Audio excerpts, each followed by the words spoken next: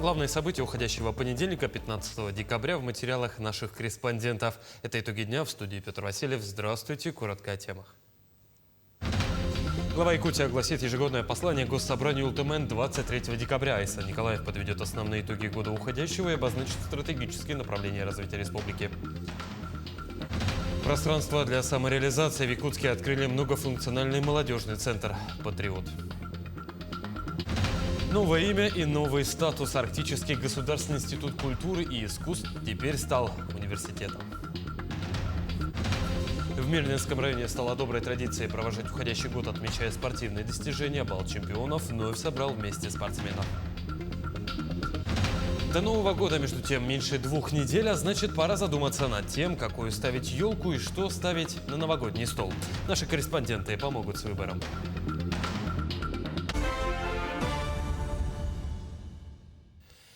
Глава Якутии Айсан Николаев 23 декабря огласит ежегодное послание Государственному собранию УЛТМН. Он подведет основные итоги года уходящего, обозначит стратегические направления развития республики на ближайшую и долгосрочную перспективу.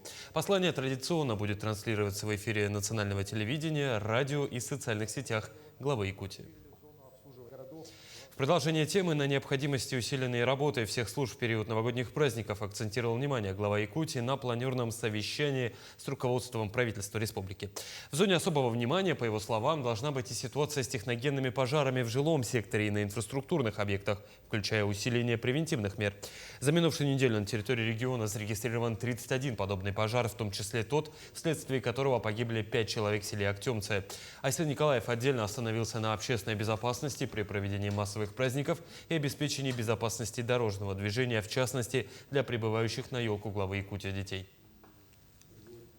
Родина начинается с нас. В Якутске распахнул свои двери первый в регионе центр «Патриот». Ведущие общественные молодежные организации отныне собраны под одной крышей. Чем запомнилось открытие ее участникам, расскажет Вероника Таюрская. Компьютерные герои и мотивирующие фразы стали арт-объектами на стенах открывшегося многофункционального молодежного центра «Патриот». Более чем 3000 квадратных метров для полета фантазии и творческих начинаний. Вся его площадь выкрашена в яркие цвета. Ярко, филигранно, отлично. Будем работать во благо нашей молодежи, потому что за молодежью будущее. Главное то, что этот молодежный центр открылся именно когда на улице минус 50 градусов мороза, а здесь у нас жара, теплота, поэтому все приходите к нам в гости и развивайте свое направление. А развиваться есть куда. Для молодежи «Патриот» может предложить все, начиная от привычных коворкинг-зон до собственной фото- и видеостудии. Отдельное пространство получили активисты движения первых. По-моему, это самое большое у нас в республике здание для движения первых, для нашего движения детей и молодежи. Я уверена, что именно здесь, в целом во всей республике, также в таком большом центре, наше движение продвинется еще дальше. Будет двигаться только вперед и вперед с новыми идеями, с новыми началами. В новом центре нашлось место и для трансформированного роллердрома, и для тренажерного зала. У нас есть ребята, кто занимается пауэрлифтингом, у нас есть ребята, кто занимается разными видами единоборств, например, бокс, борьба, дзюдо. Зал, в принципе, подходит для таких тренировок. Есть большое разнообразие тренажеров. В первый свой рабочий день центр уже стал местом притяжения для молодежи и детей.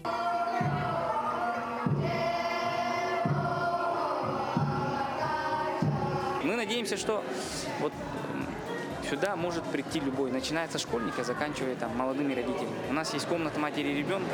На первом этаже у нас будет, например, кафешки, уже будут пространства, где можно посидеть с ноутбуком, поработать, да? И, соответственно, вот все это вкупе должно делать такое пространство, где молодые люди могут более-менее отдохнуть. Идею создания единого центра, где могла бы собираться молодежь с разными интересами, озвучил глава Якутии Айсан Николаев. Мы помним, когда мы задумывали этот центр, было много предложений по его локации. В самом центре города мы хотели его расположить, но в силу разных причин было решено его открыть здесь, в Бригантине. Центр «Патриот» станет местом для самореализации молодежи Якутии, а цитаты на стенах пространства дадут стимул к дальнейшим достижениям. Вероника Таюрская, Нюргун Старостин, Якутск. Прямая линия с президентом страны Владимиром Путиным – это реальный инструмент, который помогает услышать и решить самые острые проблемы граждан всей страны. Так, например, в Якутии уже решено более 3000 вопросов, заданных во время прямой линии президента разных лет. В республике был решен вопрос с нехваткой физраствора в медучреждениях республики. Как рассказал руководитель регионального отделения Народного фронта Дмитрий Паньков, в декабре прошлого года президенту пожаловались на нехватку физраствора. В целом они не соглашались. Статистику аварийно-спасательных и поисково-спасательных работ огласил первый зампред правительства Дмитрий Садовников. По его словам, с начала года проведено 2121 аварийно-спасательное и поисково-спасательное мероприятие, в том числе 746 вызовов. Всего пострадало 496 человек, в том числе из них спасено 416. Погибли 65, пропали без вести 14, эвакуирован 221 человек. Для сравнения, в аналогичный период прошлого года пострадало 1832 человека. Глава Якутии Айсан Николаев рассказал о значимости Сжатайской судоверфи и ее роли в строительстве судов арктического класса. Он отметил, что данное предприятие является одним из немногих в стране, которое способно производить суда таких классов, как Арктик-3, 4, а также детали для Арктик-6 и Арктик-7. Во время визита Николая Патрушева, помощника президента и председателя морской коллегии страны, обсуждали в частности вопросы загрузки судоверфи и дальнейшие шаги по ее развитию. Глава региона акцентировал внимание на необходимости обновления речного флота, особенно в условиях короткой навигации на севере. Настоящие якутские морозы ударили по столице, а вместе с ними улицы заволокло густым, как молоко, туманом. Плохая видимость может сыграть злую шутку, и, к сожалению, уже это сделала. Только за прошедшие выходные в городе зарегистрировали 15 ДТП. Госавтоинспекция блюдит за дорогами. Вместе с инспекторами на рейд вышла и моя коллега Эржен Гармаева. Морозные узоры, искристый снег. В зиме, безусловно, много прекрасного. Но вот кому тяжело разглядеть эту красоту, так это автолюбителям. Ведь для них холодное время года приносит две напасти – лед и туман. И если о безопасности на дороге не думаете вы, то за вас подумают инспекторы ГИБДД. От внимания представителей власти не ускользнуть. Сотрудники госавтоинспекции проводят патрули по всему Якутску. Сейчас инспекторы следят за тем, чтобы у машин были включены противотуманные фары и ближний свет. Базовые правила, когда не видно низги. Впрочем, это не мешает ловить водителей и с другими нарушениями. Меня остановили за тонировку. В условиях недостаточной видимости тонировка очень опасна. Не рекомендую, особенно зимой и в туман. И особенно в минус 45 градусов. Но в целом, ребята, будьте осторожнее, водители, ребята, особенно. Несмотря на раскаяние и осознание ошибки, от штрафа молодому человеку никуда не деться. Придется заплатить в казну 500 рублей. Да, сумма небольшая, но в голове всегда нужно держать простую истину. Наша безопасность в первую очередь наша ответственность. И эти слова применимы ко всем участникам дорожного движения. Поэтому госавтоинспекция взывает к сознательности и водителей, и пешеходов. Дальний свет не рекомендуется использовать в туман, так как он ослепляет. Избегайте также резких маневров, не совершайте обгонов, перестроений и резкого торможения. Пешеходам рекомендуется использовать на одежде, вещах светоотражающие элементы. В тумане и в темное время суток они делают пешеходов заметными для водителей на расстоянии до 150 метров. Переходите дорогу также только по пешеходным переходам и будьте предсказуемыми для водителей. К слову, в городе работают еще и камеры, которые автоматически фиксируют правонарушения. А до 11 января инспекторы будут трудиться в усиленном режиме, чтобы новогодние каникулы прошли с максимальным минимальным количеством несчастных случаев на дорогах. Эржена Гармаева, Нюргун Старостин, Якутск. Более 4000 бойцов специальной военной операции получили медицинскую помощь в Якутии. Из них около 3000 амбулаторно. Реабилитацию прошли 400 человек. Чуть более 800 участников СВО и 1000 членов их семей получили психологическую помощь. Якутскими медиками в городе Докучаевске в ДНР проведено более 1500 операций. Диспансеризацию для ветеранов специальной военной операции на текущую дату прошли 1237 человек. Для ветеранов СВО функционирует сервис комплексного медицинского сопровождения в облачной поликлинике. Приглашаем наших ветеранов воспользоваться этой услугой. Разговор с психологом в круглосуточном режиме работы провели консультации более 1000 абонентов из всех уголков нашей страны. Легкие – это один из самых уязвимых органов. Они первыми сталкиваются с вредными веществами окружающей среды, инфекциями и последствиями наших привычек. Неделя с 8 по 14 декабря была объявлена Минздравом страны неделей профилактики потребления никотиносодержащей продукции. Наши коллеги из Нерюнгри расскажут об акции недели профилактики и в целом о проблеме болезни легких.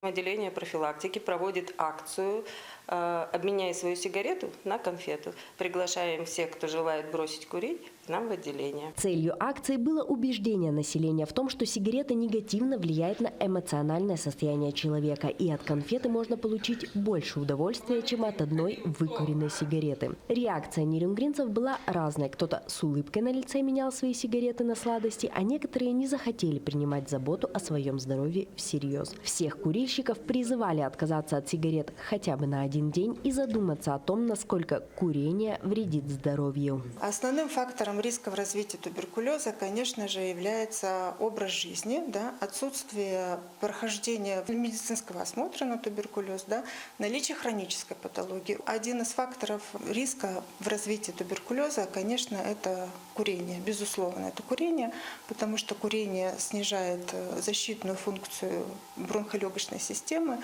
и благодаря этим создается благоприятная база, скажем так, для оседания этой туберкулезной палочки в легочной ткани и развитию этого туберкулезного процесса. В современном мире туберкулез по-прежнему одно из самых распространенных опасных заболеваний. Симптомы туберкулеза разнообразны, поэтому болезнь сложно выявить или заподозрить на ранних этапах. Она встречается у людей разных возрастов, включая новорожденных. Основной метод профилактики туберкулеза – это вакцинация БЦЖ, которую проводят всем детям в роддоме на 3-7 день. У взрослых методами профилактики является, конечно, это ежегодное прохождение флюорографического обследования на туберкулез. Хотелось бы призвать к ответственности, потому что туберкулез есть, и вот этим ежегодным прохождением флюорографии мы предотвращаем распространение этого заболевания. Флюорография позволяет нам выявить туберкулез на начальных стадиях, когда процесс еще ограничен и легко поддается лечению. Для детей это методом профилактики является проба МАНТУ или проба ДТС, который проводят всем детям, начиная с года и до 18 лет. Недели профилактики потребления табака, болезней легких проходят несколько раз в год. И это не просто даты в календаре. Это напоминание: каждый вдох бесценен. Нужно беречь дыхание, ведь именно оно дает нам силу жить, двигаться и радоваться каждому дню. Екатерина Павлова, Захар Головин, Нерюнгри. Лучшие практики трудоустройства молодежи в Якутии отмечены в масштабах страны. Якутская топливная энергетическая компания заняла первое место в номинации по трудоустройству несовершеннолетних. А молодежный кадровый центр, который был образован всего лишь чуть более года назад по инициативе главы республики Айсена Николаева, вышел на вторую позицию в номинации по привлечению молодежной аудитории. Арктический государственный институт культуры и искусств стал университетом. С 2022 года ВУЗ участвует в программе «Приоритет-2030», направленной на повышение конкурентоспособности российских университетов, и активно укрепляет свою роль в регионе. Университет ведет подготовку специалистов для сфер культуры, искусства и креативных индустрий, реализует проекты, объединяющие цифровые технологии, науку и сохранение культурного наследия. В столице прошел вечер памяти, посвященный 110-летию Захара Тимофеевича Тюнгюрядова, выдающегося директора Республиканской национальной библиотеки. Подробности далее. Отдать дань уважения наследию Захара Тимофеевича на вечере собрались его бывшие коллеги, друзья и члены семьи. На мероприятии вспоминали его чуткое руководство, усердную работу и особый интерес к научной и издательской деятельности. Так он вел публикацию первого календаря знаменательных и памятных дат Якутской АССР и справочника писателей Якутии. Эти работы позже стали знаковыми для якутской литературы и библиотечной науки. Очень большое внимание он уделял формированию библиотечного фонда. Его стремление собрать книги на языках коренных малочисленных народов Севера, например, сегодня остается очень актуальным. И я считаю, что это его дальневидность, его знание жизни, знание библиотечного дела, и то, что вот мы продолжаем его начатое дело, это показывает его высокий профессионализм и как руководителя очень ценного человека. Благодаря усилиям Захара Тимофеевича библиотека прошла период бурного развития, став центром культуры и научной жизни республики. Его же инициативы привели к строительству нового здания библиотеки, который по сей день ежедневно посещают жители столицы. Захар Тимофеевич был очень, конечно, таким организатором, очень относился, он очень культурный, интеллигентный человек был. Нам, молодым специалистам, относился очень с уважением, всегда интересовался. В его время построили новое здание, которое пристрой нашей библиотеки, и приехали много специалистов, которые окончили вузы, Хабаровский, Улан-Удэ, Московский, Ленинградский институты. Так что он собрал очень хороший коллектив специалистов Национальной библиотеки. И мы под его руководством работали очень дружно. Вклад Захара Тимофеевича в развитие культуры и библиотечного дела остается неоспоримо ценным и незаменимым. Сейчас его работу продолжают сотрудники Национальной библиотеки. Диана Антонова, Виктор Дьячковский, Якутск.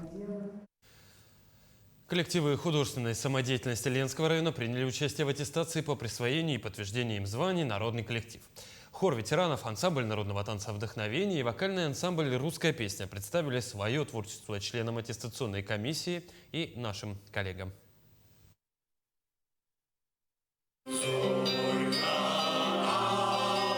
Коллективы Ленского района интенсивно готовились к подтверждению народного звания. Перед членами аттестационной комиссии из города Якутска выступали вокальный ансамбль «Русской песни», ЕИ, театральная студия 2015, ансамбль народного танца «Вдохновение» и хор ветеранов. Ощущения великолепные, все подготовленные, все номера очень слаженные, очень аккуратные, и нас это очень радует. Театр мы посмотрели, там совсем другие ощущения, совсем другое настроение, и мы очень надеемся, что этот коллектив 2015 получил, ему присвоили звание «Народный». Для каждого коллектива защита звания «Народный» всегда серьезный и волнительный экзамен. Фестиваль продемонстрировал высокий художественный уровень и исполнительское мастерство, показал, что коллективы в районе динамично развиваются, обновляют свой репертуар.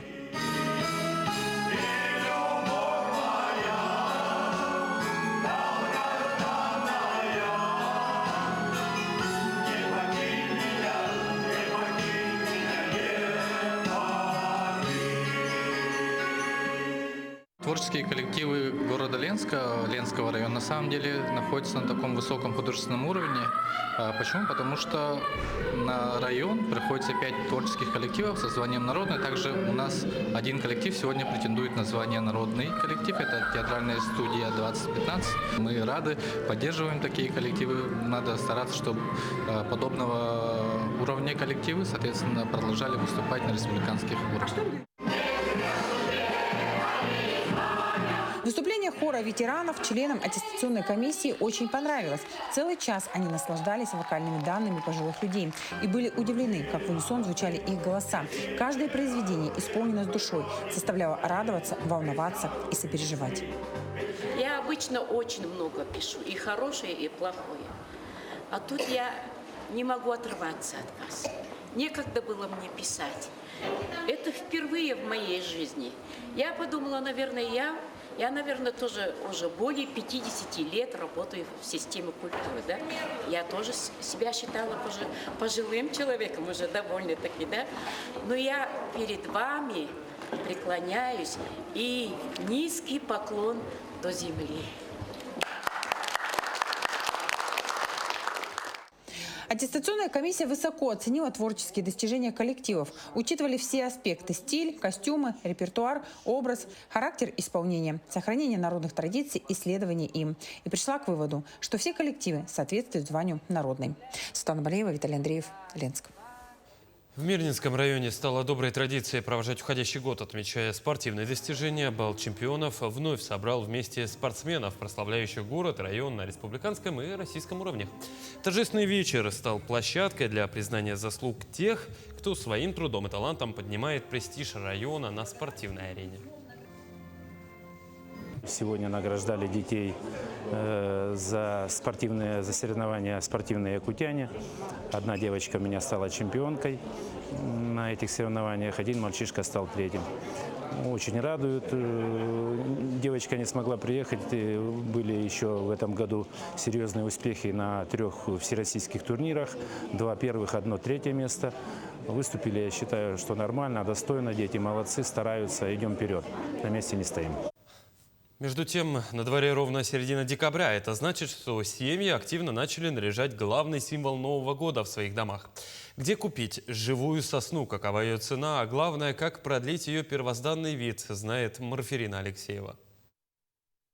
Какой же Новый год без зеленой пышной красавицы? И если вы ценитель натурального хвойного аромата, свежего вида и экологической чистоты, то покупка местной сосны – лучший выбор. В продаже Якут лесоресурса сосны из Вилюйского тракта. Размеры от 1,5 метров и выше, цены от 1700 до 2300 рублей. При выборе и сосен, вот, посмотрите, вот хвою, насколько она пышная и так далее. И вот есть еще вот желтоватые оттенки, если желательно не брать, как бы получается. И вот если снизу есть, вот, допустим, можете это обрезать так и поставить.